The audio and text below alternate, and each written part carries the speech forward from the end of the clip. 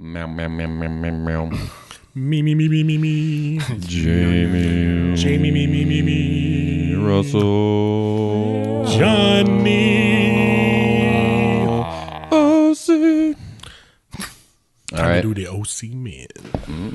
I guess. If you want. Okay, so the name of this one's Outsider, right? The Outsider. Yeah, so, okay. Yeah, it's always, is it always the? I feel like that's Sometimes it's the. okay. This is how it's going to be. Setting the tone already. Okay. Hello and welcome to the OC Men. This is the fourth episode of the podcast where every week my two friends and I watch an episode of the mid-2000s primetime teen dramedy, The OC, and discuss what we just watched. I'm JT. I'm Russell. And I'm Jamie. And we are The OC Men.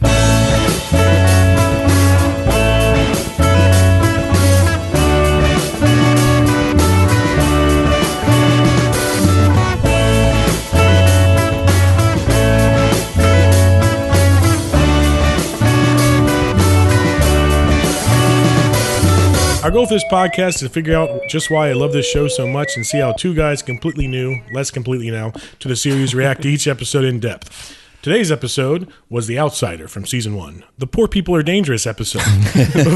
Believe it. Before we jump into it, I just want to recap the story of the OC up to this point. Hopefully this section isn't getting tedious. Wrong side of the tracks Ryan has been adopted by the affluent Cohen family. Girl next door, Marissa, is torn between the new guy, Ryan, and lovable douchebag Luke, who right before their father is... lovable homophobe Luke. Right before her father is punched in the face for stealing investors' money, he has recently broken up with her. That sentence was constructed weird. Ryan, with Seth's I'll call it help, tries to fit into the Orange County social scene. I want lovable homophobe to be on my tombstone. Okay. It will be. It will be. Will be. Okay, so this one opens, this one's called The Outsider. It opens with Seth and Ryan staring at lobsters. Yeah, well, I got a cool bike and skateboard montage. Yeah. And I fast forward to that part. Ryan has upgraded his bike from a cool BMX bike to the lamest looking touring bike ever. Every time we saw him on his bike, I kept being like, oh man, like so many cool points. Well, What's the you're a difference bike- between a BMX and a touring? The BMX bike was much littler. And the touring is used to break codes? No, No, touring. I don't get your 2014 Oscar references. I'm sorry. It's so it would be like you'd sit up higher and straighter and have bigger wheels, and that's something you put like a nice basket on and just So bike around the Kirsten beach. got it for him. So he's Kirsten. You say Kristen? Kirsten? I ain't going to call you. It's Kirsten. Doesn't matter. Why the fuck? Karen? No, I want to get back to these lobsters. Why are they staring at lobsters? Because they're samurai, and samurais look Yeah, at lobster. What was that about? Why are samurais looking at lobsters? Why is that a thing? I assume it happens in the Dynasty Warriors. I assume that's Oh, it's just, that big part of it. level 3 where they have to fight the lobsters. Did I miss the line about samurai? Explain that to me. It's the first one. Ryan asks Seth, why are we looking at lobsters? And Seth says, because we are samurai and we have to look at our enemy before we face each other in battle. Okay, I missed just the very specific beginning of that line. All right, I got you. It doesn't make sense. It's Seth. Yeah, he's riffing. Improv isn't always 100%, right? Except for Russell's. Russell's is always 100%. Lost a Robot, So check it out. here's the question. Not improv. It's sketch, not Are they the lobsters in the tank looking out? Guys? No, they're the guys looking at the lobsters in the tank. Yeah, you weren't paying That's where- attention that's- at all. That's where I went wrong. That's Oh, true. come on, man. So while they're looking at these lobsters, they have a little conversation. Seth comments on Ryan dressing. He has a new shirt. He's dressing. My subtext here is he's dressing less chino and more OC. I Essentially, swear the pants he was wearing at one point were chinos, literal chinos, though. he's got to keep a little bit of himself to himself, right? And then they, so apparently they're at the crab shack. They're picking lobsters.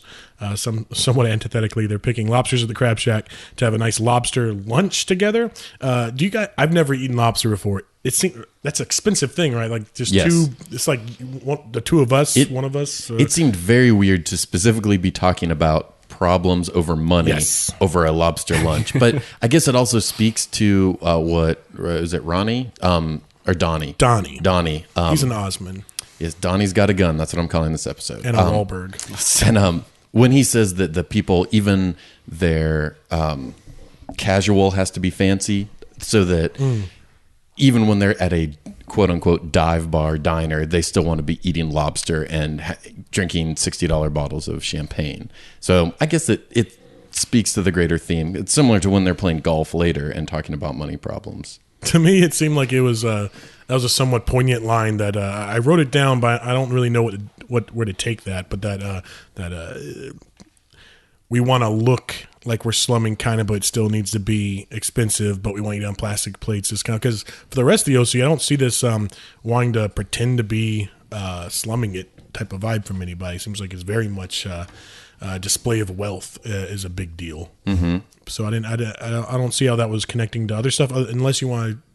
Maybe Ryan wanting to hang out more with Donnie and Seth being so jealous over Ryan's affection is that same sort of thinking. Ryan is the plastic dinnerware while they're still in the OC. I don't know. Did Ryan really want to hang out with Donnie, though? Or was he just kind of like, well, I got invited to a thing. Let me go with the flow. I was wondering about that. He never seemed super excited to hang out with Donnie. He seemed somewhat wary, except for... I mean, he did. I mean, he went right out with him. So did he want to hang out with Ronnie, or is he thinking that he should maybe? Like, hey, I'll never fit in here completely anyway. This guy's comfortable. That was because I thought where the episode was going to go was him saying, finally, I have someone who I can relate to, who I can talk to. But it definitely seemed like after that first night of hanging out, he was just back to wanting to bang Marissa and wanting to hang out with Seth some more. So, yeah, it definitely felt very nonplussed about Donnie being in his life. I think maybe it was a comfort thing. Like, he's going through all these changes. He's changing his shirt. He's keeping the chinos, but he's changing the shirt.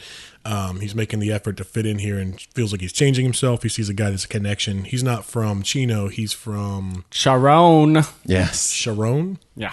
Oh. I didn't look up where it was, but I wrote it down. I thought it was like Calabasas or something. No, it was either like Haran or Sharon. Carcassonne. He's a big board game guy. Is it pronounced Chitin or Chitin? It's Chitin. Nobody knows. So Donnie's from Corona, California, which is actually in Chino. It's in Riverside County. It's in Riverside County. Yeah. Damn it. I didn't want to call you on that. It's in Riverside County, so he's like Julie's child or something. Nope. That's now that we're back on the air, I want to make my Corona joke again, but I don't know how. Just do it. Just go for it. I'm just putting that in. We won't judge there. you. Just do it. Just do it right now. So where's he from? He's from Corona, huh? My Corona. Which is in Riverside County. I almost said Chino again. Okay. Let's move on to the lobsters. Why am I so obsessed with lobsters? So they eat their lobster dinner, and Ryan specifically comments on the lobster dinner saying it is good, but a lot of work. And am I close reading too much saying this is Ryan talking about fitting into the OC himself? Like it's a good thing, but it's a lot of work to fit in right now. Okay. Am I trying to connect too many themes to start out with? It feels like maybe a bit early to jump onto the theme bandwagon, but I like it. I mean, I didn't pick that up, but I think that totally makes sense. I could see that. It was. Can we not start the farting on the podcast as early, please?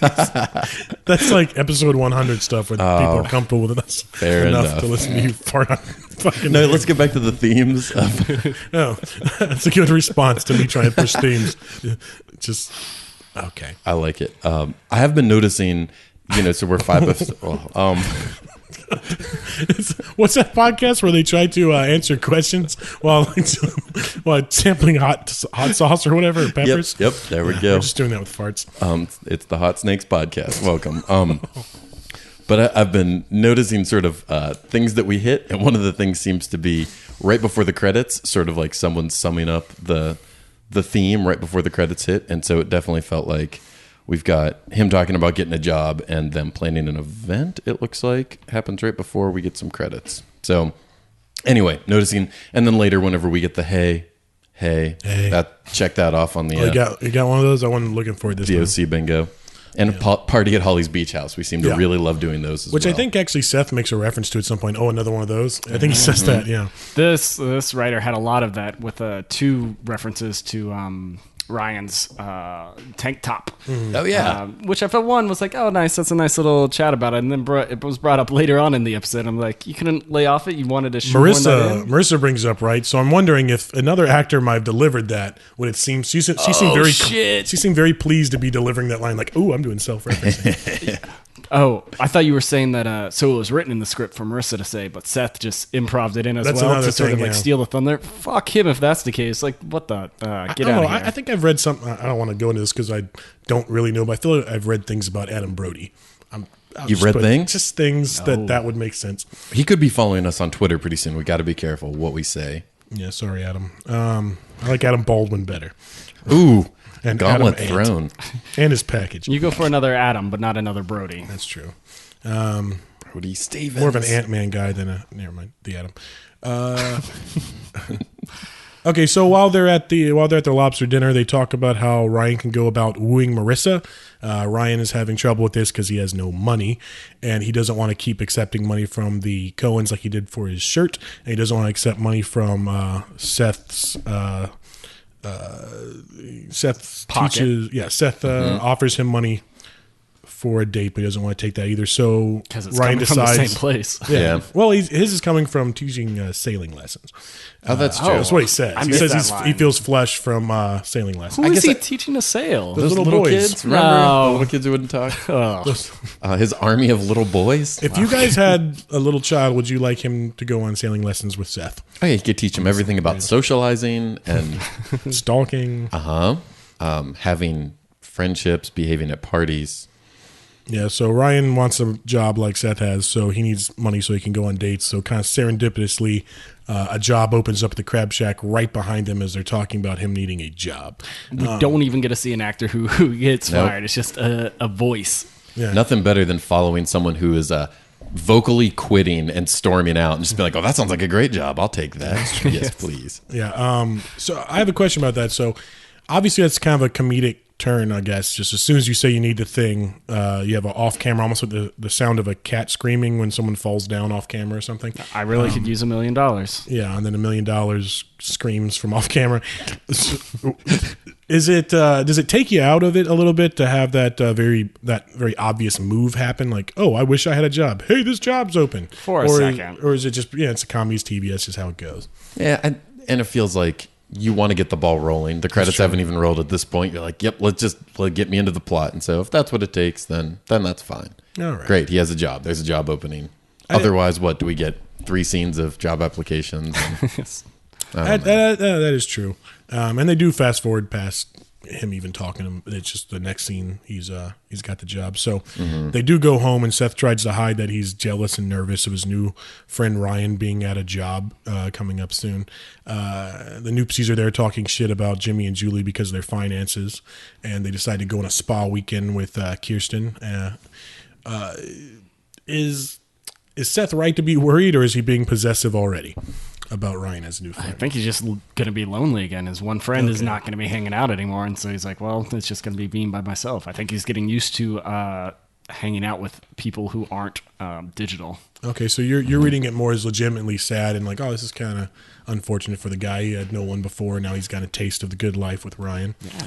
Okay. Feels like he's very much fitting into the role of little brother. Okay. And I think that your tolerance of a little brother is entirely based on how you'd view that. It's because it's on some levels it's kind of pathetic, but it's either like adorable, like you're trying, or it's just obnoxious and frustrating. Sure. So anything else happen in that scene, or we just kind of quickly go to Ryan's job, first day on the job? I feel like in that scene where Kirsten's talking to the Noopsies, I thought it was very interesting, her reactions with them versus how Julie was with them in an early episode. Earlier, Julie was like, they're bringing this Ryan kid in and it's going to ruin everything and she's so awful. But here, Kirsten was super protective of Julie. And we will learn later it's because she's super protective of Jimmy. Mm-hmm. But like she was trying to defend her at all costs, which was the reverse of what Julie was doing. Well, is she only protecting Julie because she's super close friends with Jimmy, or is she also friends with Julie? Do you get that sense at all? I think it comes back to Kirsten being pro-family,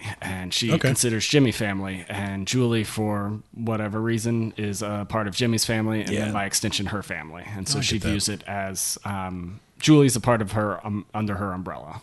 It seems like she's also got just some empathy for the outsiders as well. I mean, she married Sandy, who's an outsider. She eventually comes on board with adopting Ryan, who's the outsider. She's got this outsider kid. So I could see her having, maybe where she was a little bit more exasperated with Julie earlier, she's being pushed out, so she's starting to have some empathy for her, maybe. It feels almost like she is socially what Ryan is physically. You know, like if there's someone sexy. Yes. No, if there is someone who is being persecuted, that they feel that the urge to like run to that rescue, and that whereas she'll be the one who will stand up to someone in a crowd of people and call people on their coke habits in college, or Ryan will just punch them in the face. I have a note for that later, but I feel Marissa's kind of the same way as well. Coke habit in college? Oh, no. Seems to run towards whoever needs the help, kind of. Okay. Whereas Ryan will fight for it, and Kirsten will sort of be socially like you're talking about. Marissa seems like her affection and her attention and her kind of romantic feelings are attached to the boy or whomever needs help the most. Okay. But I have the note somewhere where it's more relevant later. But that was the weakest I'd ever seen Sandy, though. Like, Sandy didn't want to walk in there and face those women. He couldn't just storm in there and grab his briefcase, make some glib remark, and leave. Like, what? That made me think maybe he was just eavesdropping on them instead, just to hear what was being said about Jimmy. But, like, I didn't... Sandy... out of character. Well, it's pretty much the opposite move from when he sat down and ate Julie's muffin. Remember, he actively goes in to antagonize them and to confront them in that moment. In this moment, he's doing the exact opposite. He's hiding from them. He does get the spark from Seth saying that, what's going to happen with Marissa then? And Sandy realizes that he has to take action from it. So he at least gets that out of it. But I did think it was... That's the motivation for him helping Jimmy there, is Seth saying... There's a little look that Sandy gives after Seth mentions, well, I wonder what's going to happen with Marissa. He, like, looks down, and then they cut the scene, so I felt like it set the mood. That's a funnier joke if you're in this room when you said it. The lights dimmed, so it went that was weird. We're in the dark right now, not only about the OC, but physically. Okay. Ryan has his first day in the job coming up pretty soon. And we get to meet Donnie, who's his trainer. I was so in love with Donnie initially. Like, his first meeting him, I was like, yes, this is a great guy. This is going to be so good. And then when they flipped and started, he became the bad influence. I was so bummed. But his way of looking, like, explaining what the job is, but in such a way that, like, I get that this is a simple thing, but I have to tell it to you anyways. Like, that was so nice, and I was so happy for another cool dude. And I really like that he was able to... sort of put that in perspective and be another voice of, well, at that point is another voice of reason, of sort of saying these people are all crazy. You're not the one who's crazy, and sort of giving him a reprieve from being the outsider. And so I liked all that, but then it didn't end up working out. Did you guys also know that he had a big wrist brace type thing, that same type of thing that Ryan wears? I didn't even notice that. I did not see his leather gauntlet. cuff thing like Ryan wears, same type of thing. That's how they do it in Corona. I think it was definitely supposed to somewhat bring to mind Ryan as a type. Like, he is the same type of guy, obviously. Should have worn a tank top then. What'd you guys think about how I was on the fence for him to start with? I mean, he seemed cool and fine, but he also seemed like one of those type of trainers at a job that's like, now listen up here, I'm going to tell you how it works here. This is how... He felt very alpha to me there. But I liked him when he started, when he was cool with Seth coming along. He, like, encouraged Seth to hang out with him. He seemed to, like, invite him to another thing. He's like, hey, let's go along to your party. I like that he so quickly accepted Seth into that group rather than, don't take this nerd with you. I thought that was really cool of him. He also said hello to Luke, and Luke brushed him off, and that made me feel for him as well, too. I was like, oh, he's getting bullied, too. But then he flips. So it's Ryan's first day, and Donnie's training him, and they're starting to bond over both being from kind of the wrong sides of the tracks, if you want to call it that. And Marissa, of course, comes into the crab shack with Summer. That's where we get our hey. Where she gets the hey thing with Ryan. And we have the just cringingly awkward, here they have good food here type of comment from Marissa. It's like, and to be fair, they did pay, they do have good food. They did have, like, her react to, like, that was stupid. I shouldn't have said that, which was endearing to me for Marissa. In that she's aware that was awkward, and she's, like, a little bit flustered because she likes the guy. I thought that was kind of cute. Did Ryan have a reaction when she said that? I felt like he had a little bit of a reaction. Like, he's like, why'd you fucking say that? But he didn't call her out on it. He threw the food in the garbage and looked at her all while doing it. Yeah, get the fuck out. And then that's when he asks her out, and her answer... Hey, you want to hang out? Her answer to him is he doesn't really define it as a date, I don't think, and that might be the problem, because she says her answer to him is I can't. You want to hang out. So I wonder about the wording there. I mean, you can choose to have her respond in a negative way in any series of words, I guess. But she specifically says I can't. So what's that all about? Is it just being very dramatic? I can't, no, or is it like is there a reason she can't? Because she's not dating Luke. She doesn't have money, and she's got to hang out at home. Yeah, and I mean, it indicates that there's a part of her that wants to. There you go. That seems to be the big indicating, rather than going negative. Just, no. Well, why can't she then? If she's not dating Luke, I mean, you had the money issue, but not to enforce gender roles, but I imagine Ryan is getting this job so he can take her out on dates so he can pay for her. True. So why can't she? I imagine it was the same reason why she left at the end of last episode, where she's just very not focused on relationship stuff. So and she more, can't even. Yeah, 100%. It is for teenage drama of just angst is preventing me from wanting to. And we all, not to jump too far ahead, but we see Ryan ask her out again later, and she says yes. And it seems to be he's more forceful, he's more confident, and he actually says it is a date. This time he's softer on that. He's a little bit more tentative, and he doesn't necessarily call it a date. And I think that's part of it as well. I feel like when he was like up and did it. A 180 character turn at that point, where he's this completely different person, just like, hey, doll, let's you and me get out of here. He banged that dancer, and then he's back to... Mm-hmm. Seth was getting in with the dancer. She also, in a conversation with Ryan asked her about her father, how he was doing, and asked her how she was doing. Meanwhile, her conversation with Luke makes fun of her dad and says, he stole everyone's stuff, so he's getting what he deserves. And so I think that probably helped escalate her reaction to being asked out. Definitely seems like in terms of Luke watch, it feels like every episode that we watch, it's like, which Luke are we going to get this time? Is it going to be dark, angry, but sort of approachable Luke? Or is it going to be just cartoon caricature of a bully Luke? And we got number 2 this time. So you're saying he's more Luke cold than lukewarm this episode? 100%. Oh, that's good to know. I've been holding on to that one for 5 Trademark, hashtag. Yeah, why are we even ranking him on 1 to 10? It should be from cold to hot. That's true. I just thought of it. Nice. He was Luke fired this episode. When Marissa was introduced this episode, she was talking with Summer. Summer mentioned that she didn't want Marissa to become depressed and get on medication and then not feel anything. And then that makes Marissa pause for a second before Summer says, like my stepmother says. But is Summer talking about herself? Is she depressed and on medication and can't feel anything? And is that why she acts the way she does? On one hand, she doesn't act depressed, but on the other hand, is it because she's on medication? That right. Completely explain why she's always like that. She seems very what's the word for it? I guess manic. I don't know. Or is manic the bad one? I don't know. No, you got manic would be the opposite of depressive. Very excitable. Can she feel things? That's all I'm wondering. So far, we have not seen much evidence that she feels things, but we'll see.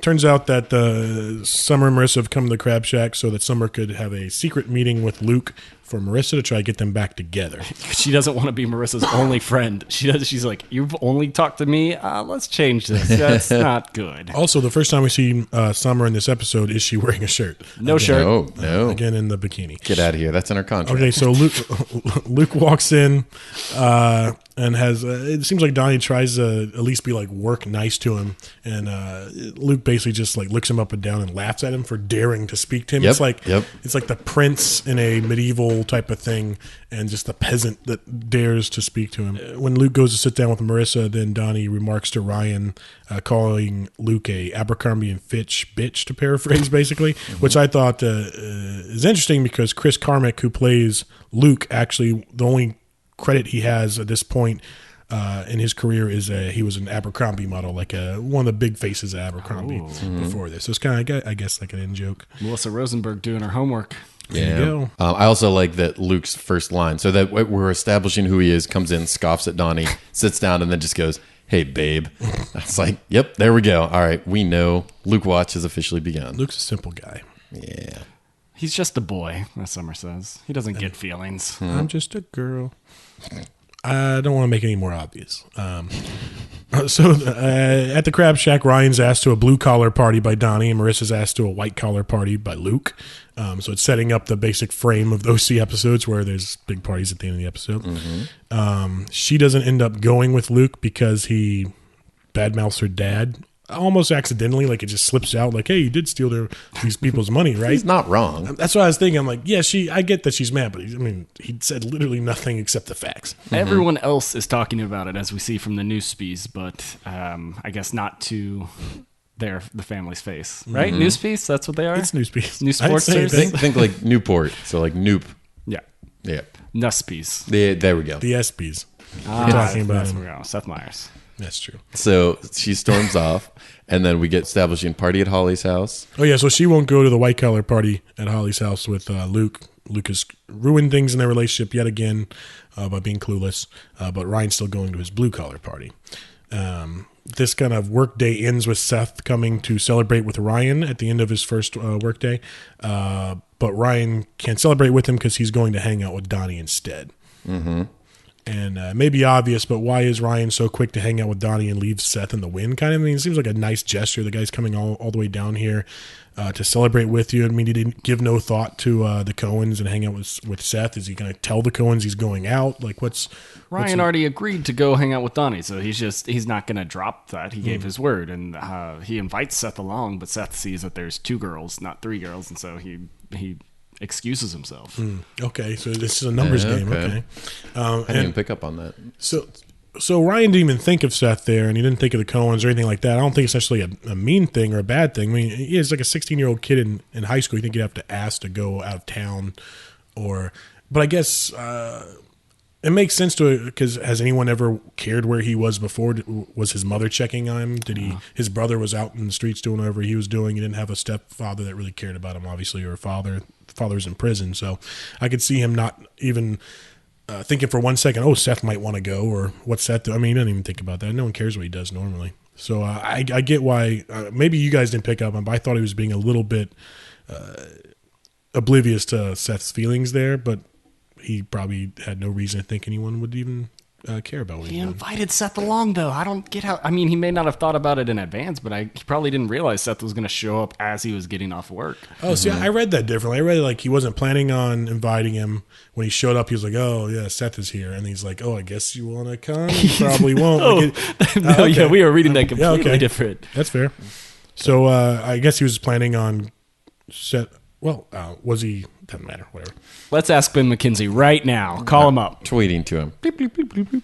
It seemed to me like he was surprised by the fact both Seth was there and that, oh, yeah, you might want to hang out tonight. No, I get that. I think the idea of him almost being surprised that anyone gives a shit that like he did anything. And so to come down, it was sort of, taken off guard. But I also saw that, he had made plans. I think I was left a little confused as to why Seth didn't really want to come along, but I guess the numbers game is an interesting way to look at it. I think that kind of makes sense. See 2 girls, but I guess I left kind of being like, well, Seth kind of got himself out of hanging out. See, I read it differently than we're having different opinions. I like it. Let's argue. I'm done. I read it. I definitely didn't reading his numbers at all there because Seth doesn't seem like calculating enough to even think about that unless it has to do with Summer. So for me, it was more like he was immediately jealous of Ryan as a friend, envious of the time that he was not going to be able to spend because Donnie was spending it with him. So he's just like, no, you guys go do your thing. I'm just going to go home alone and be somewhat moody about it. Work on his novel. Yes. Yeah. Make a note that Russell is making a jack-off motion. Always, nonstop through the entire podcast. Every time I talk, he does it. I don't know what it means. I thought it was really interesting right after this, how it sort of translates. The next 4 scenes are sort of this interesting examination of how different people communicate, where it starts off with how the teen guys talk sort of after the party, and then we've got how the teen girls and then adult guys and adult ladies talk to each other. What kind of takeaway do you get from those things? I liked Ryan and Seth, this sort of non-verbal communication where they're just at breakfast and they let their bodies do the talking. Mm-hmm. Nice. And their cereal and comic books of sort of communicating that maybe Seth was a little hurt, but then by the end of the conversation, which was just Ryan picking cereal out of a box, he's like passes him his comic book to be like, you're forgiven and we'll move on.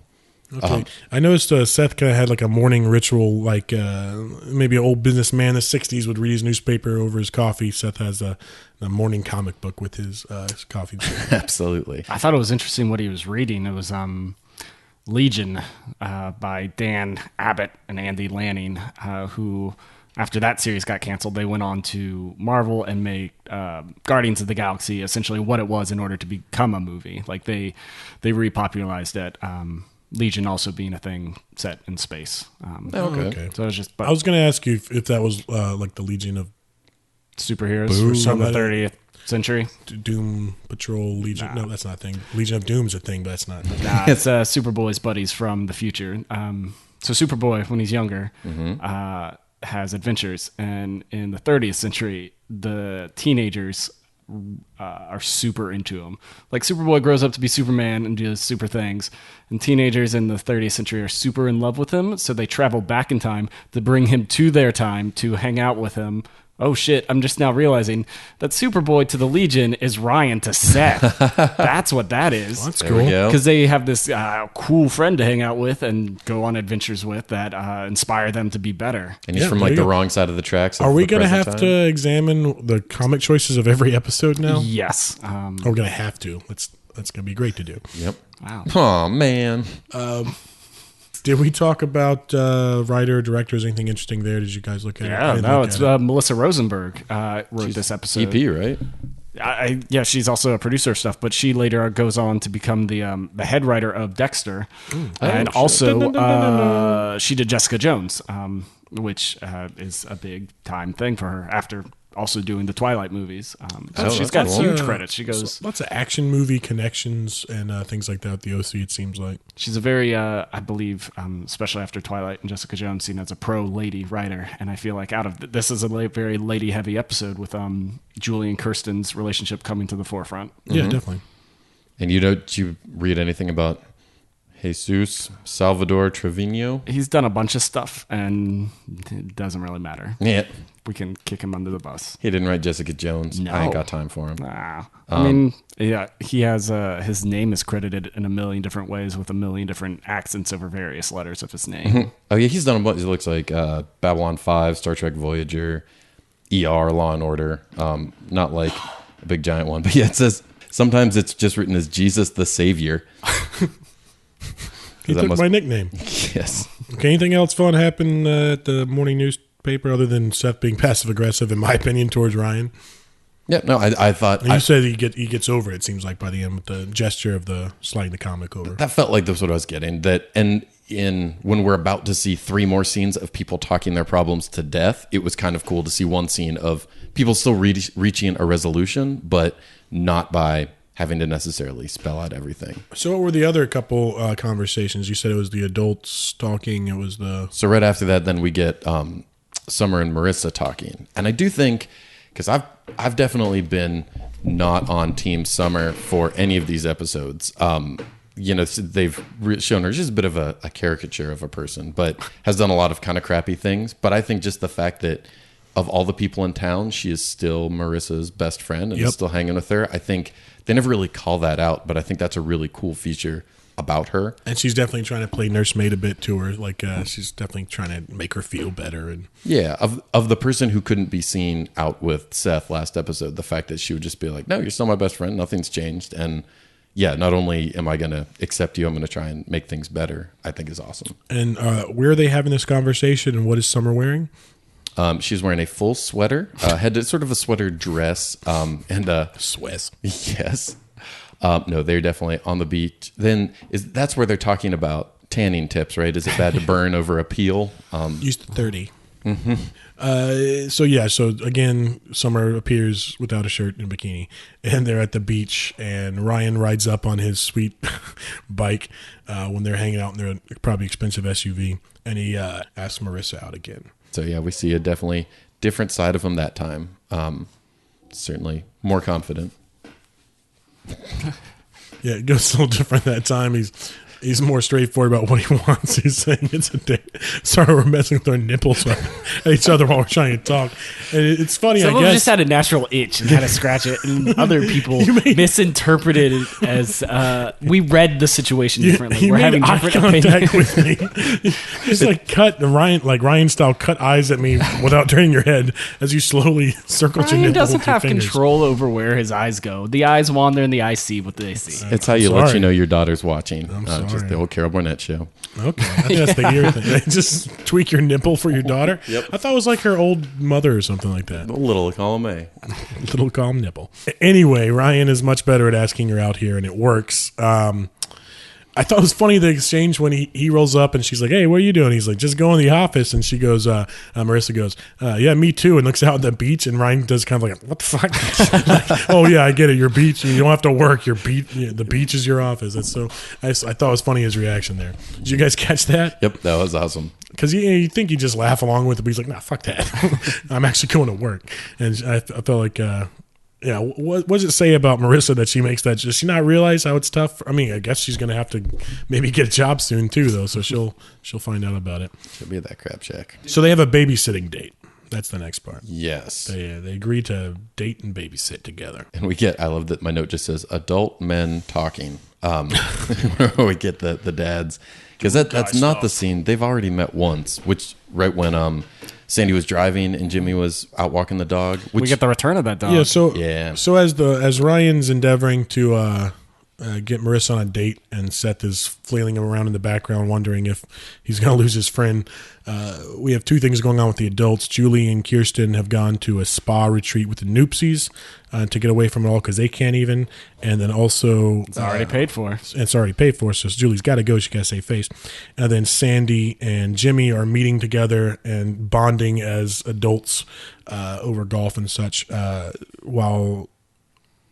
Sandy's helping Jimmy out with his financial situation. The public defender. Yeah, he's helping Jimmy out for Marissa's sake after Seth mentions her. I did think it was weird, and I certainly don't want to step back if we're to lose the momentum, but the first time when Jimmy and Sandy talk, it felt like it kind of changed their relationship a little bit to almost a little outwardly hostile to one another, which is never anything I really got, where he says like, I represent lots of people I don't like, and it felt like up until that point, Sandy was always, I guess maybe things have sort of changed since finding out about the check and whatnot.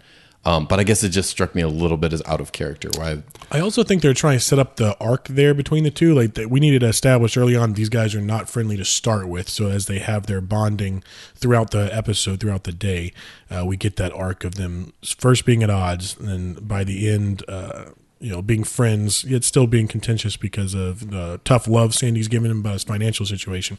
But yeah, if you don't start off with I don't like you might be like, well, did they learn to be friends or were they already friends? So I think it's just a clarity issue they were doing there. It's also up until that point, Jimmy didn't have any vulnerabilities. He was just, everything was perfect for him and everything was fine. It was more, if there was an issue, it's Sandy having a problem with Jimmy and Kirsten used to having that relationship. Mm-hmm. Now it's apparent that Jimmy fucked up big time. And so with Sandy coming to his aid, probably riles Jimmy up a little bit and makes him make those jokes of like, oh, you want to put me away? Like, oh, you're coming out to get me? Like, Jimmy can't see why Sandy would help him. And so I imagine hostility comes from that. It does seem that Jimmy's not accepting the situation as quickly as the audience does for him. Like, oh, no, you need to do this shit and get out of trouble, and you fucked up and you're going to have to pay the price for it. But Jimmy seems like, what? I mean, I have to pay it back? I can't just sit on the couch and talk about make-believe Detroit Pistons games? He's looking to be more of a Lakers fan. You think, right? Oh, yeah. But so that's where we get them talking in his office, and he's sort of like, you need to be, like, you can sell everything and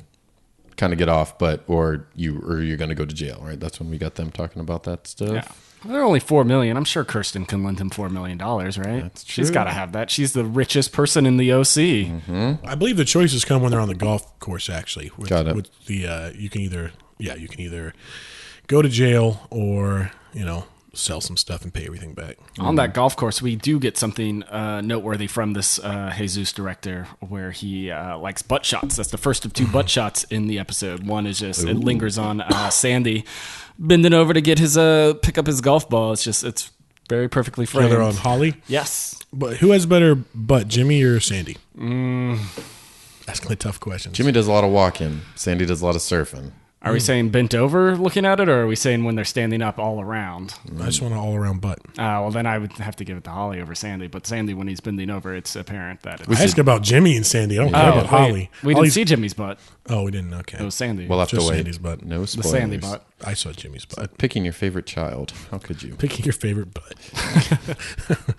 Butthole jokes. Huh? Okay, You're $4 million in debt. Let's go play golf. What? Hopefully Sell Sandy those paid golf for that. clubs, you idiot. Yes. I was pretty aggro as well when they were arguing, and Jimmy was like, hey, you've never had to provide for a family. You've got this dream life with a rich wife, and you don't know about providing for a family. Damn, that's hitting, because Sandy took it pretty easily, but it's like, damn, that's throwing it down. Yeah. It's hostility. But I guess it's also just like, yep, you can keep saying that. All right, I'm going to go back to my house that we own. And Yeah, but doesn't he have a point though? Mm-hmm. It's easy to be lectured by a dude that doesn't have to worry about the same things Jimmy has to worry about right now. Mm-hmm. Yeah, I could see. I feel like it's probably maybe on Jimmy's best interest to not go below the belt as soon as true. it's just come out swinging hard. But It's not Sandy's fault he didn't knock up Julie. exactly. He knocked up Kirsten. Karen. You can call her whatever you want. KK. Kiki. Was I don't know where this falls in the episode, but was Julie insinuating that she got knocked up on purpose, or did I read that weird? No, I assumed it was it was accidental, but that they kept it and did the. But I mean, They did the what? Marissa kept it. We will refer to Marissa as it from now on. Well, it was like I was losing my train of thought as I was talking because that that feels like something she would do, Right, know? but that seems extreme even for her. I guess I don't know. She's showed to be very calculating. Exactly. Because she talks about how she got out of it. She don't want to go back to being from poverty and all that. So it seems like, hey, that's the fucking way out. I mean, who am I to judge her, I guess? Sounds like she had a bad time growing up. No. It's still rough. So you want to jump to the Seth and Donnie party? Yeah. Donnie parter of half? What? Well, okay, wait. Because right before that, where who answers someone else's phone? That was the weirdest thing. Oh, God. Like Kirsten calls home to talk to Sandy, and Right. Jimmy answers instead. which just seemed weird to not like pick up someone and at the very least pick up and just be like, hello, Cohen residents. Like, this is not my house. It's Sandy's fault. Sandy said, answer that phone for me. Like, why? How about Why? just watch the grill? I'll answer the phone. That's a good point. So it seemed like it was kind of a fabricated scene because we needed Julie to stumble on Well, Kirsten. you also have talking. Kirsten say his name right at the end as well. Would you actually in Yep, that situation? exactly. And that feels once again to be like, I called my house. Okay, I'm sorry that your husband picked up. It seems an easy explanation, right? I mean, that's the thing that always annoys me about TV shows. It happened in Lost a lot, where it's an easily explainable thing, but someone reacts and then walks away, and that person's like, "Oh, why are they upset?" Well, if you just sat down and said, "Oh, this is the misunderstanding. Does it make sense now?" Yes. Okay, let's move on. I feel like that's so easy, but I mean, if you do that, you break tension, so you can't do it in TV shows. But it wears on me a little bit. I feel like you get it more in melodrama, certainly more in soap operas. You get that kind of just have the conversation. There's no problem. So when they go to the party, I know that we've talked a little bit about the differences between 2003 and 2016, and how on some levels it doesn't feel like there's that much of a difference, but then there's certain things a lot to do with language. Certainly, like going to a party that the chorus is just "Let's get retarded in here," and we all remember that song. But it was just The Black Eyed Peas song is playing at the party in Long Beach. Yes, I didn't realize Summer sang on that track, but I guess she does. Yeah, that's Corona. That's their theme song. That's their Tough is Black Eyed Peas #1 top 40 hit. That's how they're. Yeah, I had a lot of questions about that party. Like, is that the music seriously they play? I mean, I don't know. It seems like your top 40 is your cool hip underground party they go to, and also it's like a biker party. Like, it seemed like they were trying to populate it with very specific type of people, and like when they walk in to the yard, there's a tough biker looking dude. The next to him is like a Poindexter type dude with glasses and suspenders. Like, what type of party are they trying to set up here? And there's also strippers dancing at it, and there's Croatian. The girl was a Croatian immigrant. Uzbekistan. Uzbekistan immigrant. What is going on here? Kazakhstan. It is always funny, the idea of television tough guys or television thugs, because that's, you always get the weird Village People-esque, one punk rock guy and one thug guy and one Latino guy, and for some reason they're all hanging out and getting into trouble together. And so it felt like a weird mishmash of sort of, well, how could we paint with the broadest brush possible to show that these are unsightly folks? Because I imagine there's lots of people in Corona that just hang out at a party that work as waiters and stuff like Donnie does that aren't just like bikers and strippers. Yep. Like everyone in Corona has to have some sort of what could be perceived to be a seedy job in some way. Seth has more social interactions at that party than he's had at any of the parties ever before. Any other party, he's just either by himself or latching on to Summer. But it looks like Anna has given him the confidence to talk to anyone and everyone. Does it seem like he hangs out with Ryan at this party? I can't, because usually they separate at parties. Did they do that at this party? They as well? split again, and Ryan had to come to him and drag him away, even though they only promised to be there for 45 minutes. So Seth is fucking up his date with Marissa here, essentially. He makes up for it later, though. So my question here is, did Seth fuck it up, or is Ryan just being overprotective? He could have left Seth there. He's just as old as he is. He should go and hang out with Marissa and leave Seth there by himself. Well, I guess the reason it got fucked up was because the car got fucked up, right? So it would have been fucked up whether or not he tried to Exactly. leave in time. Which the car got fucked up. They said somebody dented a Range They said, Rover. Demoed, which means I guess demolitioned. Demolished. Oh, all this cool 2003 slang went right over Installed my some head. shareware on it, made a demo. They spray painted it and broke stuff on it. So they broke the windshield and they spray painted probably wieners on it. The word or the physical drawing? They drew Little column wiener. hot dog wieners. Yeah, which is, as people do in the poor part of town, they just pick a car, they smash it up, and spray paint wieners on it. That was a question I had. Beyond the two-part question, I still want to talk about whether or not if this is Seth fucking up Ryan's day, or if Ryan should have just he shouldn't have felt like it was his responsibility to go with Seth in the first place. And then part two, is that a thing if you just have a somewhat nice car just in any place other than the OC, everyone's like, we must destroy that car. Like, is that really a thing? You can't park your car. I mean, I feel like I've seen nice enough cars parked in areas that aren't the best places in the state, and they don't just we have to destroy this random person's car. It seems weird to me. I would have thought it would have been broken into. Sure, like steal the radio. Yeah, it feels like the television trope would have been that it would have been on cement blocks and the wheels would be gone. But then I guess they wouldn't have been able to get home at all. It did seem a little random. I know if I lived in a bad part of town, I saw like a Navigator. Range Rover. A Range Rover. I just it's probably a drug dealer's car. I shouldn't touch that or it'll kill me. I just assume if I see a nice car in the bad part of town, it's someone that has a scary job. But if you're the drug dealer, you say, "Oh, this is competition. That's true. If you're in the know, you're like, I know no one on this block has this car. And how about that? Was Ryan being overprotective, and was he worrying where he shouldn't, or did Seth actually mess up his day? I guess it kind of shows a little bit later what happens if you don't watch Seth and let him go to parties. He's like a toddler. Yeah, with a machine gun. Does he need to get a baby monitor for Seth to wear on his hip? Just a little like leash that he could just not get too far from him. So I guess Ryan is in the. I think I said it on an earlier episode. If you're ever wondering, if you ever have the other opinion, Ryan's opinion will be correct. And I think this is a situation where he lets Seth go to the party by himself, even an OC party, and without Ryan there.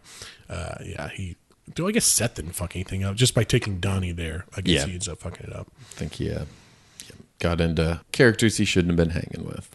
Yeah, okay, so the car gets demoed and the scene cuts, and next morning they have the car out front the Cohen's house, and Sandy's kind of skeptically listening to their explanation of the car being fucked up by being parked in the parking lot of the IMAX movie theater where IMAX the movie theater. Shark movie was playing. Shark movie fans fans what it was are called. very... Were you 5 years old? Yeah, I did. I liked that. I got kind of excited. I was like, that sounds really fun. And then when Donnie cut him down, I'd be like, what are you, 8? What was the name of the movie? Hammerhead? It was a Great White Hammerhead Nail Shark. Yay. That does sound fun. It sounds better than an OC party, I guess. Sounds or better. a Corona party. Yeah. Sounds better than lying to Sandy, though. That's dumb. Unnecessary. Playing with fire. Don't like how often it's happening. And you get the impression like he knows he's being lied to, but he's cool. He's just like, all right, you made this bed. Ryan has missed his date with Marissa is the point. And Marissa gets so upset so quick. That phone call just made her break into tears. Just him being like, I'm not there yet, but I still plan on being. She's just like, well, don't come at all. Don't even bother trying to show up. Well, forget this number. To her credit, she has been dating Luke, which I'm sure this has happened before, not hanging out with her to go to a party. But I mean, she really stood up if he called and explained the situation. Did he explain it well enough to you? I bet he didn't explain it at all. Probably went, hey. And then she went, hey. And then That's, again, my point to the Lost thing, the soap opera thing of if you really just explained, hey, it just feels... I did not feel comfortable leaving Seth there, and then we're gonna make it here on time, but then out of our control, which I told him not to park the car there, but it still was demoed. Look out your window into our driveway, and you will see this destroyed car with wieners painted on it. He has his wiener out when she looks. Have a laugh about it. Made you look. Click. Though her reaction there is typically the typical Marissa kind of reaction, where it's takes things very, very personally. Pretty much anything that happens, whether it's Luke's behavior, Ryan's behavior in the model home that one time, or whether it's the parents' financial situation or Julie's behavior, it's always about her. How do you think Marissa reacts when Caitlin asks for something to eat for dinner other than just macaroni and cheese. Or we know that she does like food with cheese in it. We'll talk about their cuisine choices later.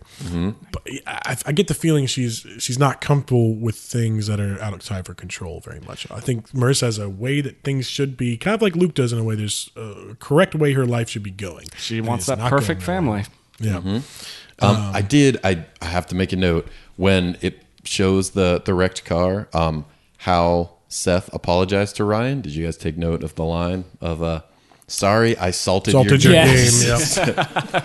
Is that a callback, or is that a thing people said at the time, or I is think that it's a callback. improv by? I think that's so weirdly Adam? specific that They're bringing up tank tops. They're bringing up it's definitely on purpose.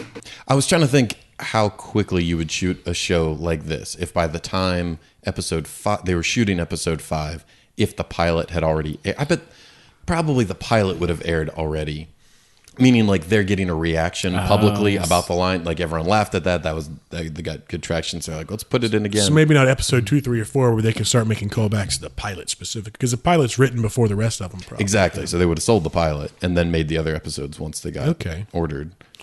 Okay, so Seth gets sent next door by Ryan to apologize to Marissa for him. Ryan doesn't send him over. Okay. That's the most bro thing he's done. That's cool. Well, I framed it that way because this is the second time Ryan's had Seth. Again, I put it this way: Seth apologizes to a girl for Ryan for the second time now. He did it for him in the debut to Anno when Ryan couldn't be his date. Yeah. And again, he goes on behalf of Ryan to apologize for missing the date with Marissa.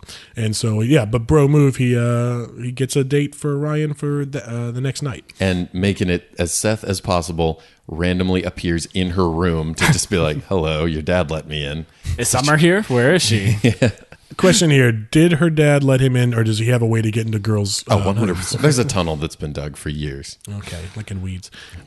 So Seth tells Ryan that he got him a date when he comes back, and immediately does the exact same shit he did last night by planning on going to another party with Donnie. Yes, that was such a weird turn.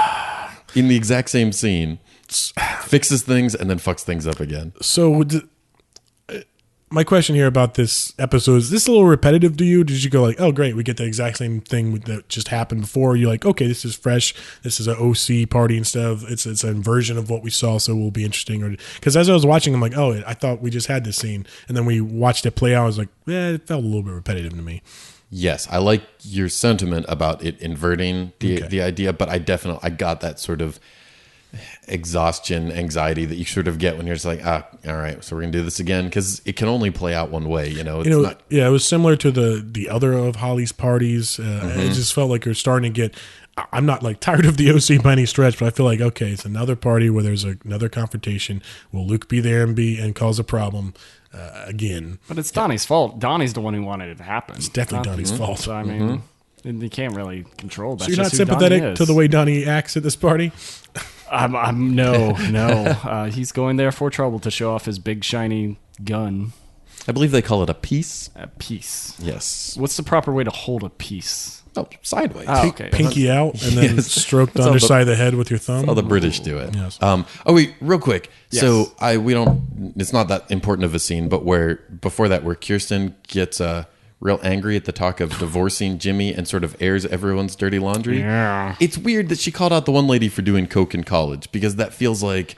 Well, she's specifically listing illegal things that people have done. So if you're so upset about Julie's husband Jimmy for breaking the law, you're so aghast, then she just calls out everybody's illegal thing they've done. So we've all done illegal shit. That makes more sense. I was thinking that she was just more calling them morally, of like, here's things I you've thought done. that as well until I thought about it. But no, as you said, because that makes sense with like you have the, what if she said, like Guatemalan family that's your... who she gets fired, by the way. Yeah. They get deported now. Yep. Good job. But it just felt a little weird, like calling everyone out for specific things, and then, by the way, 20 years ago you did something shitty. But that makes sense. The illegal thing, I get it now. Okay, so they have that party. Seth is going to the party with Donnie in Holly's party in the actual OC itself. So was Seth actually invited to that party by someone? No. So did they both crash it? At least Donnie was invited to the Long Beach party. I thought that was like, why does Seth think he can just go to these people's party? Yeah, no, he's one of the cool kids, so he just feels like he can go wherever he wants. He's going to bring his cool, super tough friends with their chain wallets and their dyed blonde hair. They were Weirdest looking bunch of tough guys ever. Also, late move by Donnie. He gets invited to a party. He invites himself to a party, first of all, but he goes with Seth, ostensibly, but then he also just brings his friends along. He like invites other friends along with him. Yeah. He wants to start trouble. Trouble's fun. I've definitely seen that I remember that from a thing with like kids who specifically are looking to start shit. Well, he didn't come looking for a good time. I mean, he brought a gun, first of all. So, yeah, he didn't come for a good time. He wanted to come and set himself as an outsider, against these Oceans that he does not like. He's headed up to here with them. Something. Yeah, he wants to start something. God damn, I keep coughing. Okay, so while this party's going on, while Seth and Donnie are at the OC party, we have Ryan and Marissa's date that we're introduced to, right? Yeah. So it's part one of the end of a basic OC episode frame, which is like a date or something like that. And the other part two would be the big party. So we're having the two big frames happening at the same time. Marissa brings over her leftover mac and cheese that Ryan did not get to sample the night before.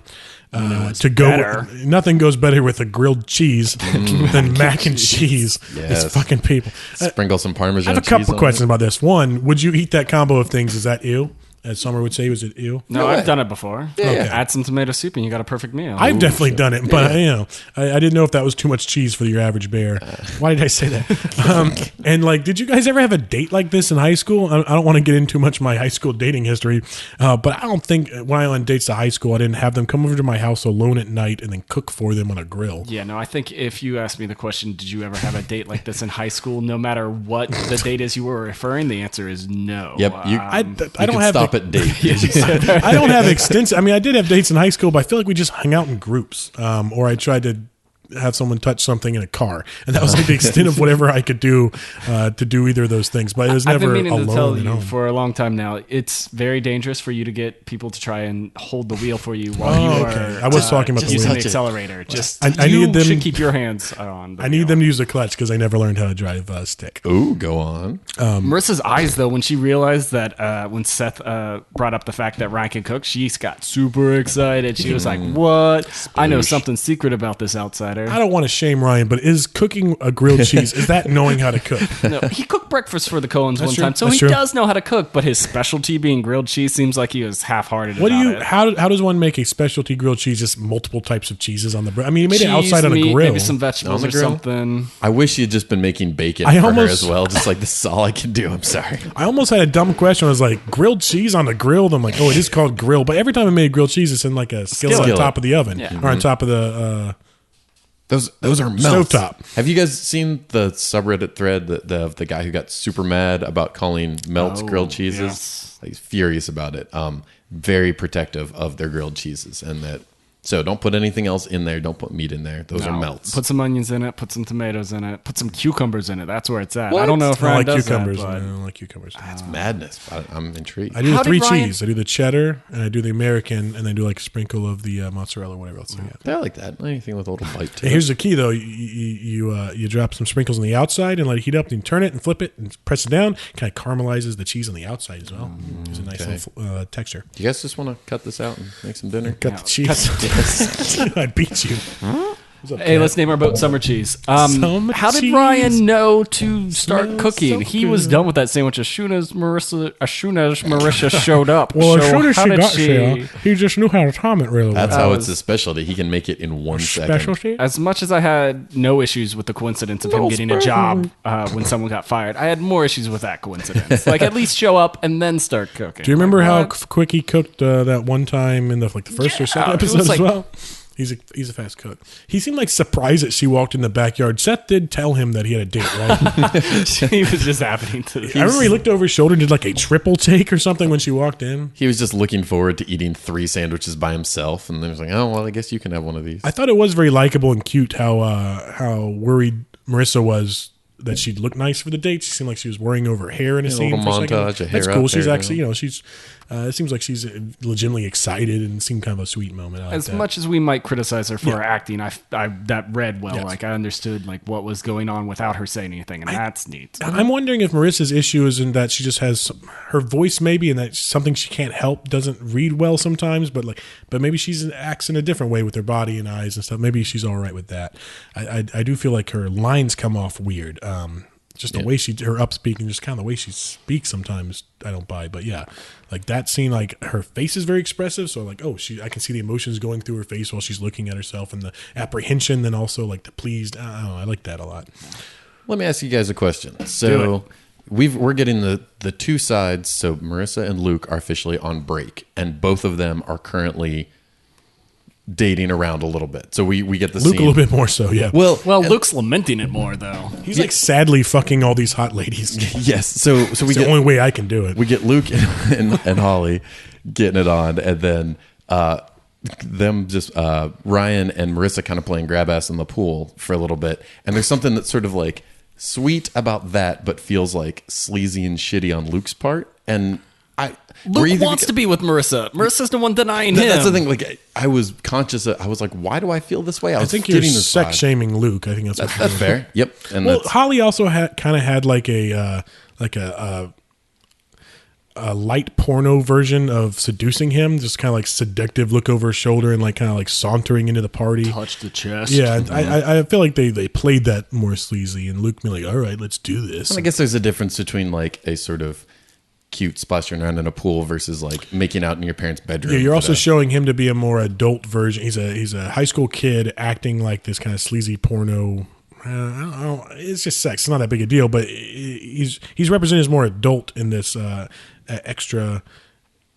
In his pursuit of other women, it seems more of an adult situation for the high school kids, whereas Marissa and Ryan are kind of flirting in a high school appropriate way that we're used to. Mm-hmm. I think that might be why it comes off a little bit less. I did like when they very first go into the pool of when Marissa kind of approaches him and you think maybe it's going to be a kiss and he just grabs her head and dunks her underwater. I think Ryan doesn't really know how to deal with this. Like I think his relationships before now have been kind of like more like Luke and Holly's relationships, like hooking up at Chino parties. I think now he's like, I got to do this right. What do kids do? Oh yeah, we dunk their heads. I'm murdering her. I drowned Which I wanted to bring he up. Just one, wants to be 17.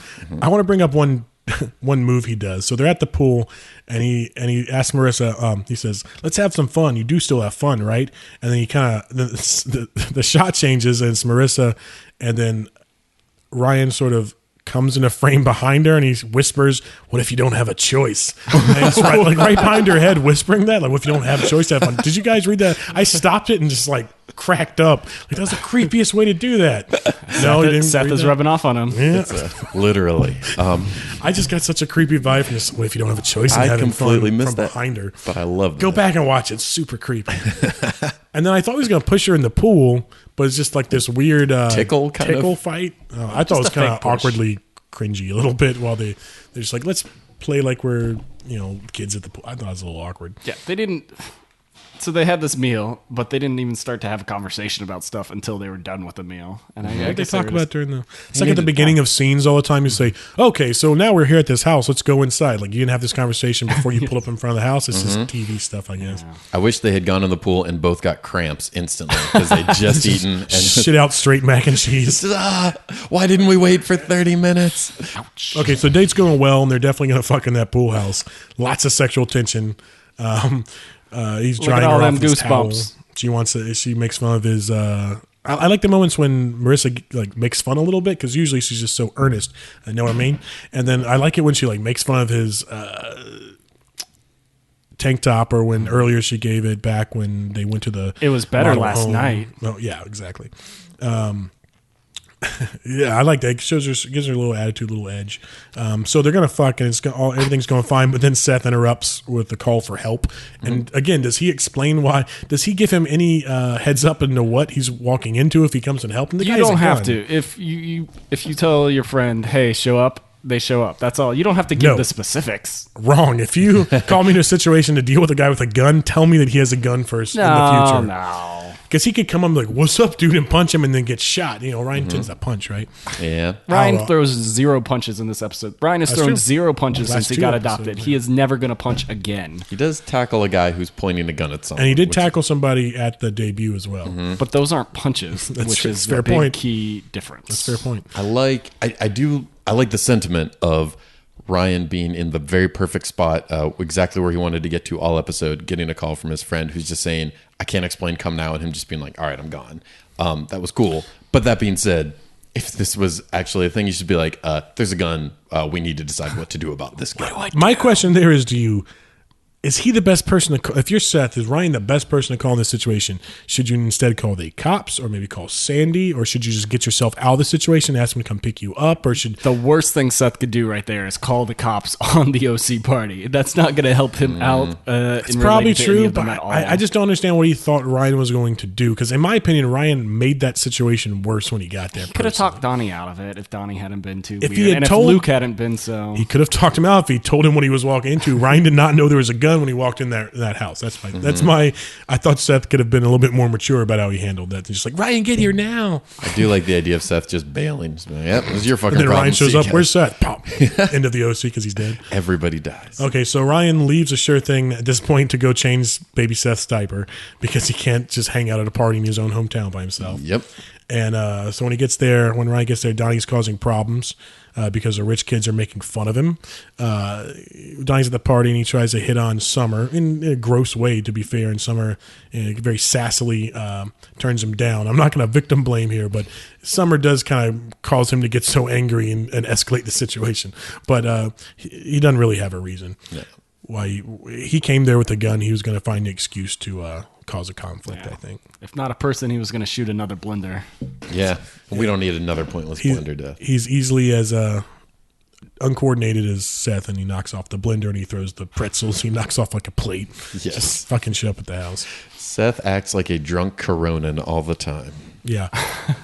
he after Donnie hits on Summer and she turns him down, he comments to Seth that these dudes are mad dogging me. Have you guys ever heard the term mad dogging?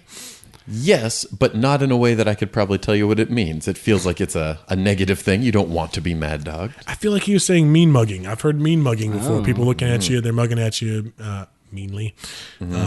But yeah, they're mad dogging him. So it's Summer's friends are basically saying, "Who is this riffraff that is hitting upon our woman?" All these people make fun of me, and then I go to their party and they still make fun of me. Why does this happen? How does how?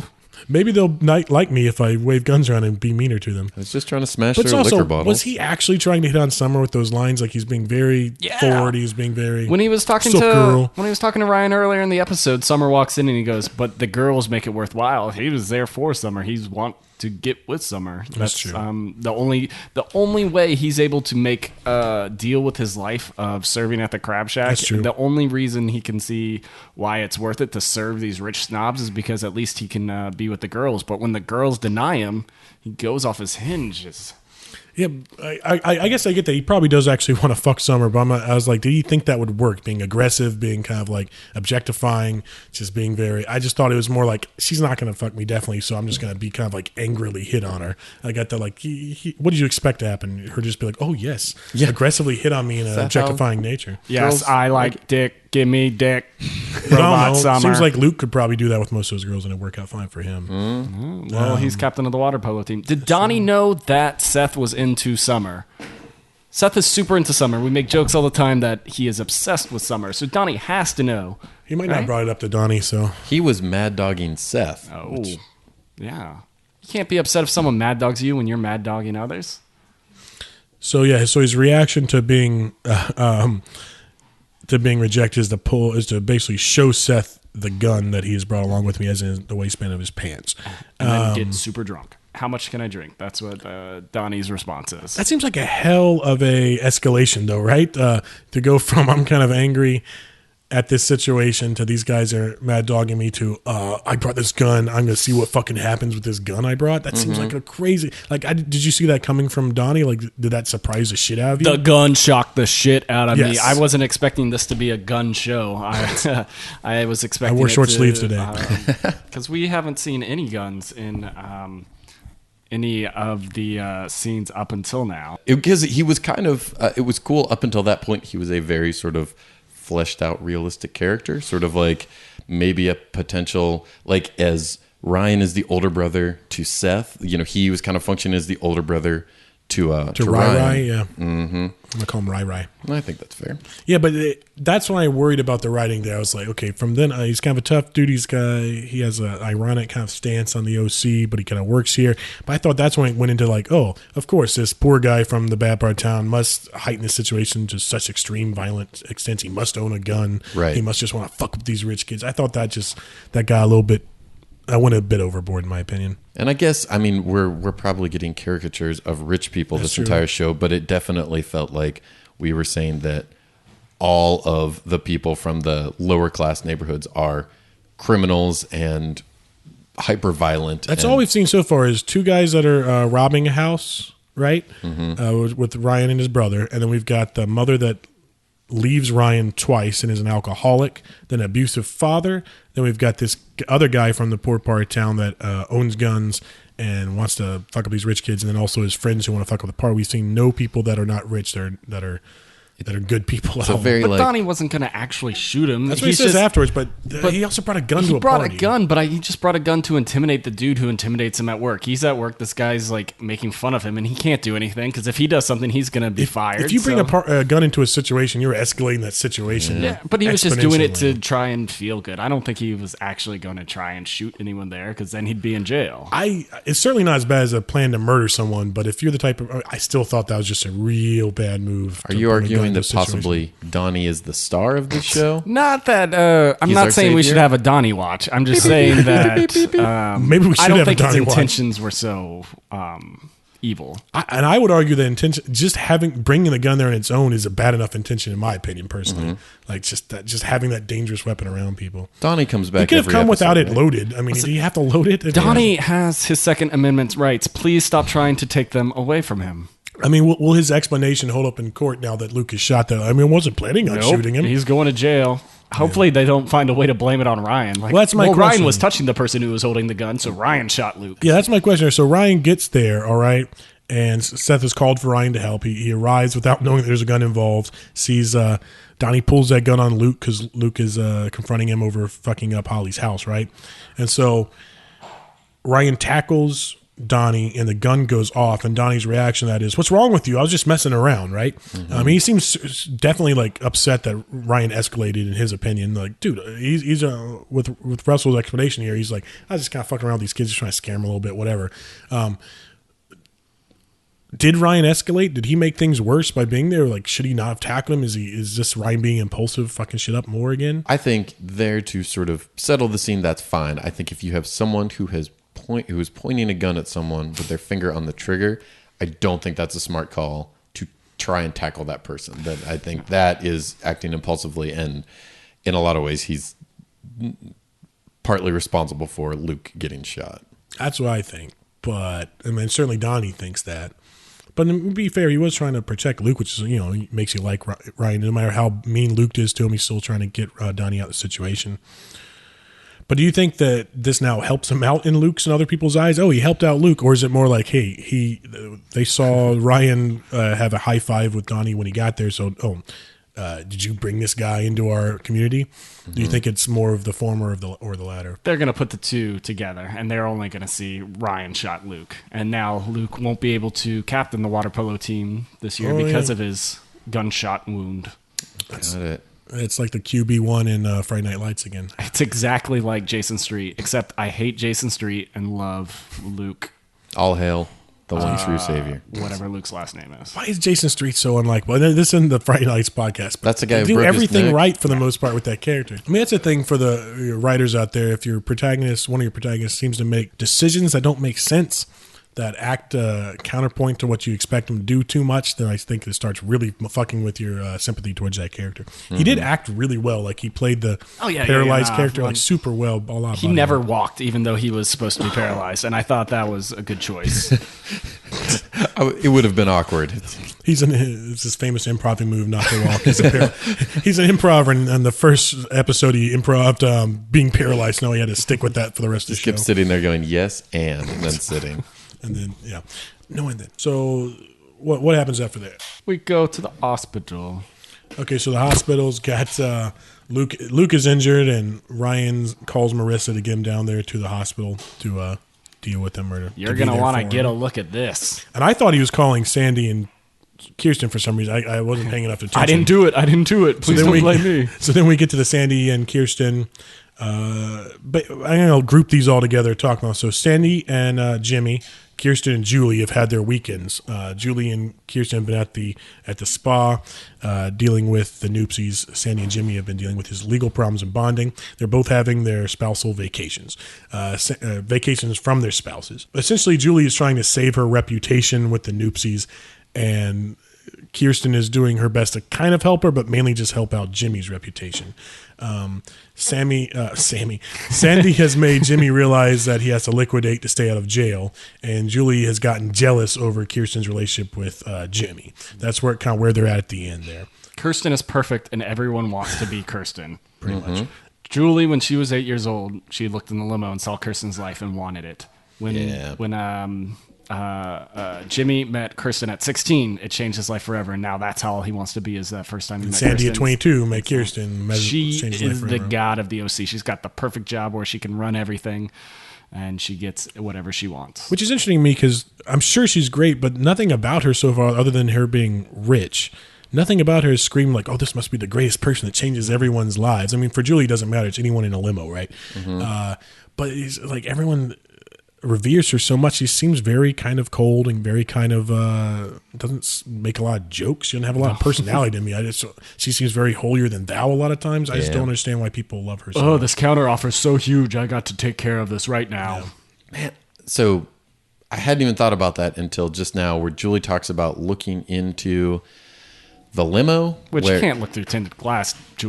No, I didn't want to call her on it, but yeah, her science is way off. The limo on was her stupid summer story. breeze when she was a kid. But then comparing that to the lobster tank at the beginning of the episode, it's kind of way more. Now that you mentioned that, like I'm like, yeah, that totally makes sense. Got there before I brought it up. Nice, because you're jealous of these things that are just going to be cooked and eaten for a shitty lunch anyway. You've also got to see your that broke enemy down. on the battlefield. Well, they're kind of enemies, I guess. At least in Julie's eyes, she's competition in some form, right? See an I'd like to enemy. take this moment to talk about Melinda Clark, who the actress who plays Julie. This whole time, when watching the show, her face has stuck out to me, but I thought I was just like, oh, it's just a face I'm attracted to or whatever. But looking up the actress, she's the first one on the guest star, and maybe it's because her last name begins with a C. Oh, shit, your name's Clark as well, but her Yeah. Clark has an E at the end. Yeah, the shitty way.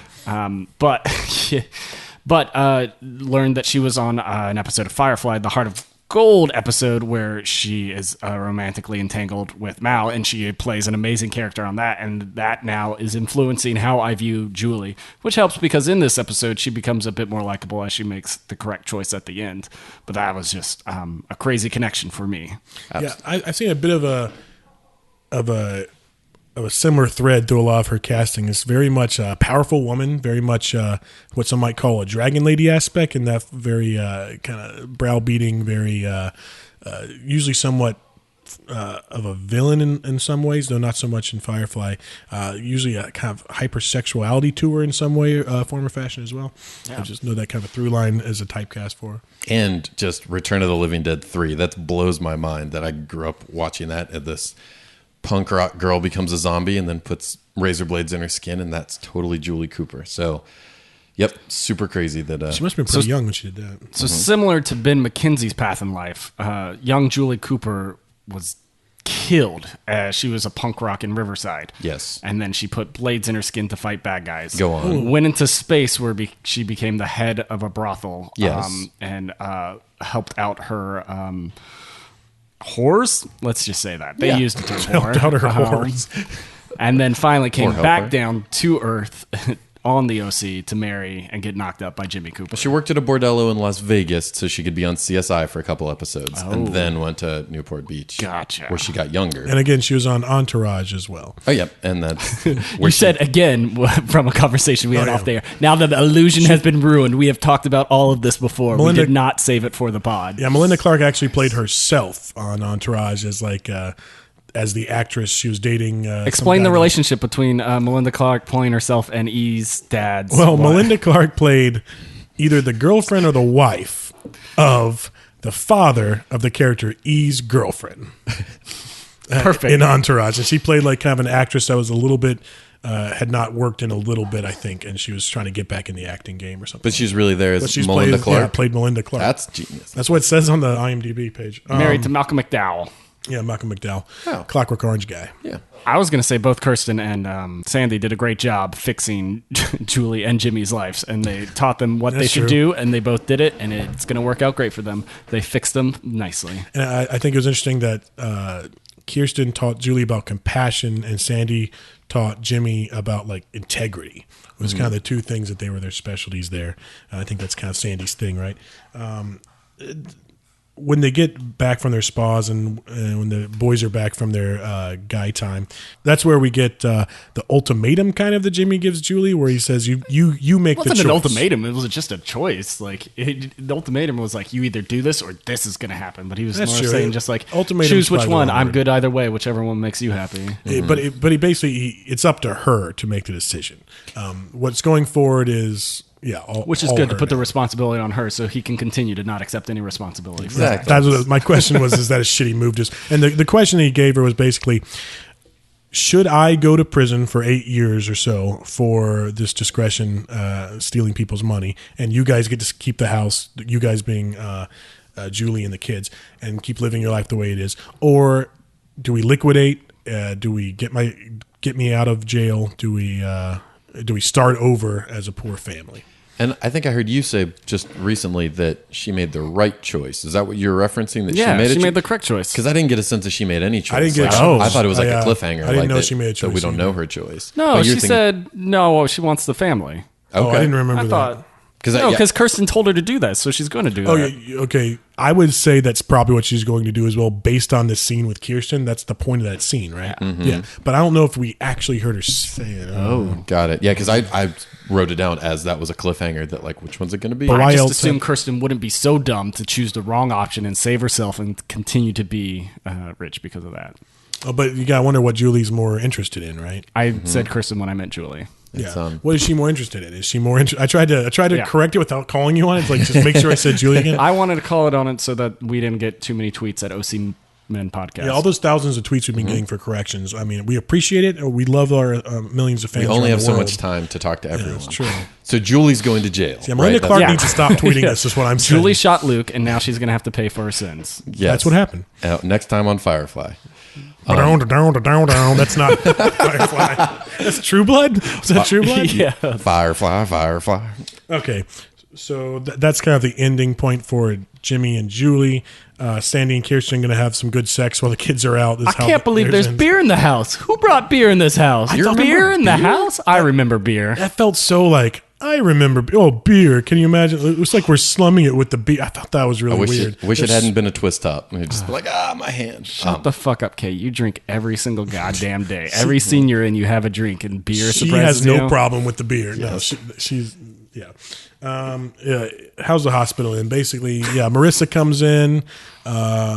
Ryan directs her to where Luke is. She kind of the elevator door closes somewhat ominously on their relationship between Marissa and Ryan. Like she's not choosing Luke here, but like if Seth hadn't gone to this party and Ryan didn't have to come and Luke didn't get shot, I feel like Ryan and Marissa's relationship would have gone a little bit better from there. I don't know how it's going to go from there on, but it seems like she's back in Luke's side a little bit because of his injury. Do you guys get that feeling as well? Like this is coming between them? The whole shot of the getting in the elevator, be like, should I wait for you? Which is almost like putting a point on it. Should I wait for you? And she said, no, this could take a while. And then goes and they look at each other as the door slowly closes. That feels like that was saying They almost got it, but this other thing has come up again. Because this is my point that I mentioned earlier a little bit. Marissa seems to kind of choose or go for whatever boy is the saddest or having the most trouble. So, because when Ryan was in that model home and he was kind of sad and he was kind of lonely, it seemed like she was going to go there. And then she breaks up with Luke and she's hanging out with Ryan, but then Luke gets shot. Oh, that's a boy in distress. I need to go help him out now. So she like waffles in between whichever boy is the saddest. Kind of like my opinion of Ryan having a bit of a mania for saving the damsel in distress. I think she's got the opposite of that. That definitely seems like that's where that's going. And so, the scene basically and the show ends with Ryan and Seth talking. Ryan mentions that since he got here, everyone's life seems to have gotten worse. And Seth, kind of in a sweet moment that kind of gets me, says, well, not everyone. And then Seth says, we got to stick together, though, because together we're unstoppable. Divided people get shot. Yeah. Which I think it's a fun, kind of funny thing to end on, but still the sentiment's there. And you get kind of like a mission statement for the show going forward, I think, a little bit. It could even speak a little bit to, if it's the theme, to what Julie's choice would ultimately be of, togetherness over selfish individualism. I kind of felt like... And no one else gets shot in the OC ever. Nice. What did you say? It felt I said no one ever gets shot in the OC again ever. I said no one ever gets shot in the OC again ever. We'll hit 3 hours yet. I can't wait for us to replay this clip on our 82nd episode or whatever. I thought you said 80 seconds. Like, why would this only be 80 seconds? What's We're going to play 80 seconds of you two going, and no one ever gets shot in the OC ever. Every time someone gets shot. Well, it felt like that last scene where they were talking that we could have had Seth maybe apologizing for screwing things up twice. What did he do? Wait. He doesn't have anything to apologize for. If you were waiting for Seth to apologize on the OC, keep waiting. It just, if nothing else, the fact that it happened 2 times in a row. That's my thing. One time... shame on whatever. It's 2 times, there's another shame situation. I forgot the saying as I was saying it. But shame if on it me. happens twice, maybe you don't apologize the first time. That's the second time. I mean, he got the example. What happened one time he went to this party without Ryan, or he went with Ryan the first time. But when he goes to a party with Donnie, he knows the second time what's going to happen. Him claiming that he totally has his life under control just ends with people getting attempted murdered. Okay, so end of episode questions, unless you guys have anything else to talk about at this point. I think it was good they gave Ryan the punchline on that. They could have easily made Seth make the shot line, but it was nice that they gave it to Ryan. So he did have a punch in this episode. Oh, fuck! Okay, so is it still a good point? Is it still good to do Luke watch? Is he sympathetic for getting shot? Does that help him out? We should talk about how we feel about Luke. Okay, so Luke gets shot, so I think that's some sympathy points there. Does it cancel out him banging Holly when he's supposed to be with, I don't know, he's being upset mean about to Donnie? Marissa. Yeah. Marissa doesn't want to be with him. Marissa's lying to him about what she's doing because he just thinks she's home alone, so he decides to hang out with someone else, which he was doing before. The hanging out this time is no different than the time before, only he's more sympathetic. So him banging Holly doesn't do anything there? He doesn't get a bang Holly, and he gets very sad about it, too. Yeah. That was when she gets up and she's like, I gotta go downstairs, and he's like, I'm gonna hang out here for a second. I couldn't tell if that was like a boner joke. It was a boner joke. Or he's just gonna jerk off. Luke has a giant wiener. It's a fact. That's subtitle. It's the size of a water polo stick. How do you play water polo? How do you do with sticks? You got horses in the water, but how do you do? I mean, you have like water sticks? They're like pool noodles. You're a pool noodle. That's fair. You're a cool noodle. Okay, so sunglasses. I'm going to give him a 5 on this episode. He would have gone lower, except he got shot, so I got sympathy for the devil. I would say a 6 or 7. I don't love him that much because when Donnie jumped at him, Luke flinched, and I was like, what the fuck, Luke, are you flinching that's my question. Like, okay, him being scared of Donnie, more sympathetic or more like, dude, why are you flinching so much? Dude, why are you flinching? He was so down to beat up Ryan at the beginning and just throw down at the drop of a hat in the pilot. So is he scared of Donnie for some reason? Because so for a second I was like, okay, so these guys are from the wrong side of the tracks. He's scared of Donnie because Donnie's actually a tough guy and he's been raised among privilege. But he wasn't scared of Ryan. He jumped to fight Ryan. So why is he scared of Donnie? Maybe it's because that Donnie's actually challenging him for alpha status, that he's actually Ryan never pushed it. Right. Luke always pushed it. And Donnie also might be older. I mean, there's that guys stop bringing up Friday Night Lights. There's a scene, there's tough Riggins, right? And he's like the tough guy in the team, but he gets the shit kicked out of him by like a 20-something-year-old dude. It's just like there's a difference between a high schooler and an adult man as far as like a fight goes. And I think maybe that's what it was with Donnie, maybe. Is Donnie an adult man or is he a high schooler? Where does he go to high school? I got the impression 20s, adult. Yeah. So it's like that's a different, even though Riggins is a big tough football guy, like it was a whole different thing fighting a man. So maybe that was the type of thing. Also, Luke had a boner, and when Luke's fighting Ryan, does he have a boner? It's hard to fight naked and hard to fight with a boner. Eddie Dean can do it, but I don't know if Luke can. All the blood rushes from your fist. You can't do it. You're just lightheaded. Did you give a ranking for Luke Watch, Jamie? I didn't. I would say he had a very negative opening. Gross. So it's a negative opening is like actually not the opposite of opening. It's like a protuberance. Protrusion. There we go. It's a protuberance. It's protuberance. But I think him just coming in and fucking with Donnie in the opening scene and hey babe, definitely put him lower. But at the end he was he'd kind of mellowed out. I'd give it a 5. Okay, we're all around 5 or 6. So all 5s and 6s, baby. So is Donnie the outsider here? And if I think he is. So is that the only reason this is called the outsider? Who's some other outsiders? It's a metaphor. Lobsters. Lobsters, Except the they're outsider. They're the insiders. Damn it. We're the outsiders. The one thing that's inside in this episode. In the limo. I'd say it's Julie being the outsider outside the limo. Of course. It's Ryan being the outsider trying to fit in. Obviously, Donnie. There's some other outsiders. Except for a little bit Marissa. She's feeling very much an outsider, but she's not. As everyone's trying to it's get her. interesting. Marissa puts the cheese outside the noodles, but Ryan puts the chease inside the bread. The bread. So one of them's let's better. all just think about that. The grilling is the outsider. Which one's Pony Boy? Ralph Macchio. I think we've made that joke been over every this. single episode. But this one's specifically called the outsider. Should have saved it. And this wasn't the one with the burning down house. Okay. Burning down. Okay, so where are Ryan and Marissa at the end of this episode? Does Marissa, like in the model home episode, just jump to whatever guy is sad? So now she's back with Luke, or is this? Is their relationship over? Or is Ryan it wasn't sad at any point in this episode. No, yeah, no, she's that's back why with she's Luke. back with Luke. Because the sad one, sad's probably the worst, the boy that needs help. So she jumped back to Luke and she's done with Ryan until he has a crisis, and then she jumps back to Ryan? Or where are they right now? If I had to guess, that's where I would guess it's headed. Because they didn't officially break up; they were just on break. So this could definitely put an end to that. We were on a break. It's a Friends reference, right? But also 10 years after Friends. That's true. I have some questions. Is the floor still open for questions? Yes. Please do whatever you want. Did you guys see the portrait in the crab shack of the captain? Was that Captain Oates? No. Okay. Does that sea captain ever come back into the picture? I didn't even see the captain the first. I love that you're on this podcast because you know all the shit I don't. I love it. What is do you guys have both played musical instruments? What's the semblance of chords A, B, Those and are G? those are the basic, simplest the chords? simple, easy chords that you talk about a 3-chord wonder or just like a punk rock song that only has like a couple chords. Those are the ones you play. Because Seth has a shirt which has those chords and then says now start a band, but he also hasn't started a band. All you need to do is have these simple chords and you can start a band. Exactly. Trusty chords. It's a good Avail song. That it was What a Veil song, is it? a simple song. Okay. Thoughts on the female characters now? We thought they were underrepresented and not presented super well earlier on. How we liking Marissa? How we liking Summer? Melissa- Kirsten, Julie. Melissa Rosenberg brought him to the forefront. They're all cool. And she did some fun stuff with some bros having fun. Some guy stuff. Guy nights. To your point about the ladies, one of the things similar to how we had to do the one episode that was to say why Kirsten would want Ryan in her house, it felt like a lot of the point of the story of this was just to drive home why Julie wouldn't divorce her husband, because I think with the way the character would go, instantly should be gone. So That's interesting because I'd also say it does a good amount of job saying, and I think this is saying it's a good episode, why she would divorce him as well. Absolutely. So it's giving. I think the episode does end with will she or won't she divorce him, because it does set up a good amount of reasons why she would stay with him, and Kirsten makes those points, but it also sets up how much she has her identity tied to the privilege she has now and how she grew up without it. She doesn't want to go back. I think she says she doesn't want to go back to that,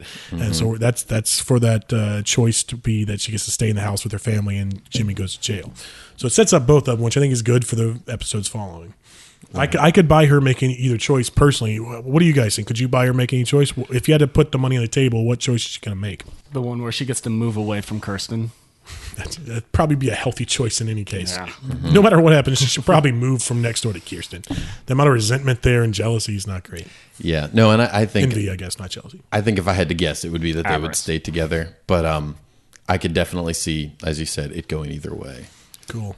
Also, if you're playing video games with your friend and you're talking about one of the best years of their life, and you think in your head, like, my best year is when I dated met your your wife. I feel like it takes a split second to be like, that's what I wanted to say, but I will not say that. So instead, that's when the Detroit Pistons won the whatever. Yep. The Super Bowl. Or just, it's 16 because I don't know. I was 16 and I forgot why. It's my first boner. He had too many beers. Yeah, I guess that was a... I thought that, yeah, it's like It's just not a good move. Nope. Just lie to me, Jimmy. Lie to me. Come on. When they were playing video games, though, I noticed now they did show it being split screen. And Jimmy says, I thought you played this before. When earlier, when we noticed Sandy playing, it was not split screen. So did Ryan just have Sandy hold a controller, not controlling anything, and make Like him you do think with he a was baby? playing? And this is his actual first time doing playing? so Was it the same game? I didn't check. It was the same exact game, game. only it was split screen now.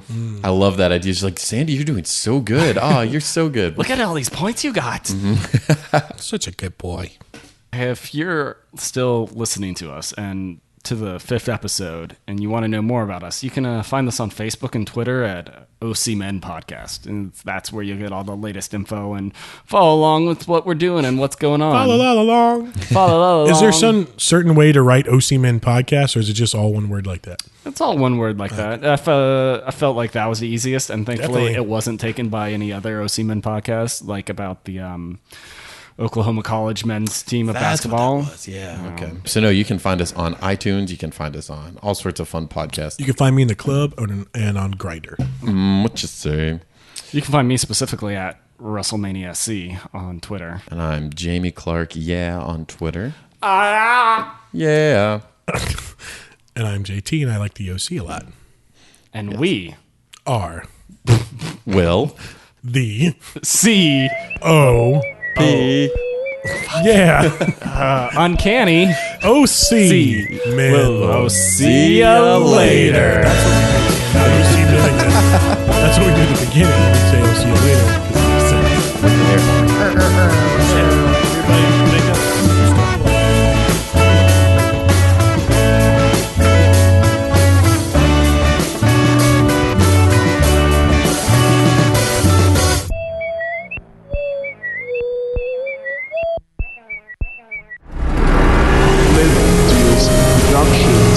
We deal in lead.